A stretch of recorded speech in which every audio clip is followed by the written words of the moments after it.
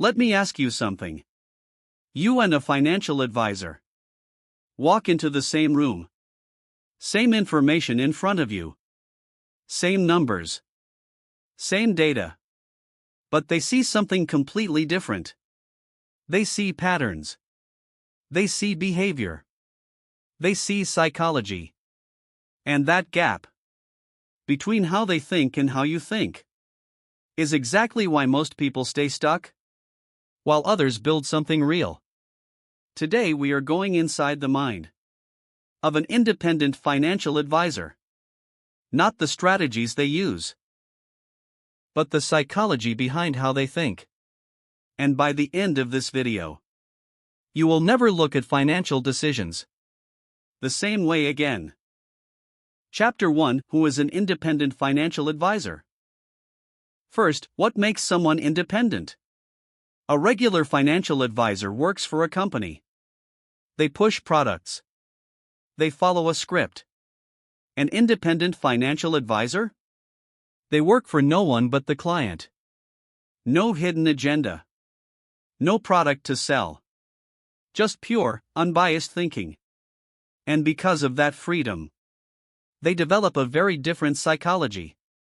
They are trained to see beyond emotions, identify behavioral patterns, make decisions based on logic, not fear.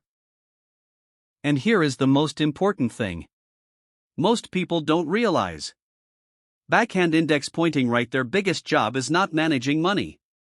It's managing the psychology of the person who has it. Chapter 2: The numerology connection. Now here's where it gets interesting. In numerology, certain life path numbers are naturally wired for financial thinking. Life path 4, the builder. Disciplined, systematic, detail-oriented, natural financial planners. Life path 8, the powerhouse. Strategic, authority-driven, long-term thinkers, born to handle large-scale financial decisions. Life path 7, the analyst. Deep thinkers, pattern seekers, truth hunters. They don't just look at numbers. They look at what the numbers mean. And the most successful independent financial advisors almost always carry one of these three energies. Not because numerology controls them, but because their natural wiring aligns perfectly with what this work demands. Think about it.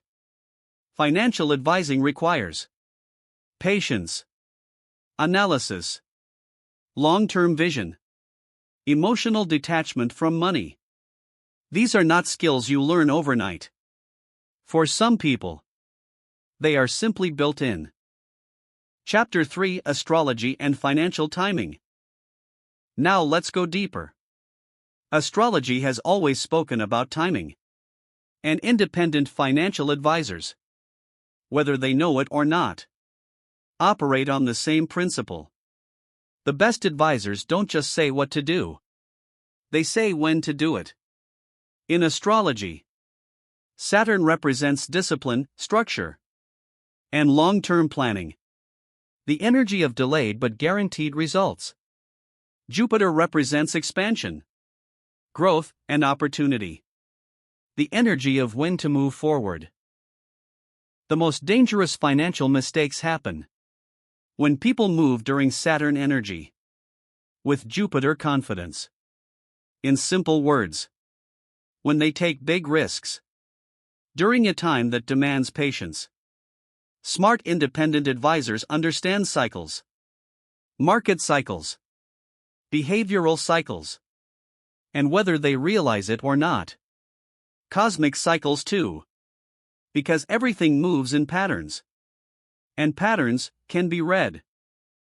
Chapter 4: The Psychology Behind Their Decisions. Here is what separates a great independent financial advisor from an average one. They understand human psychology better than they understand numbers.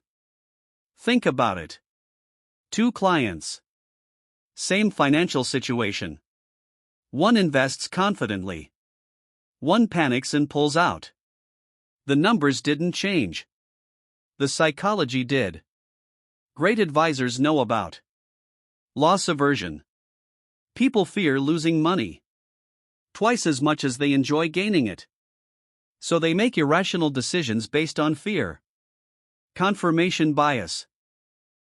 People only look for information that confirms what they already believe.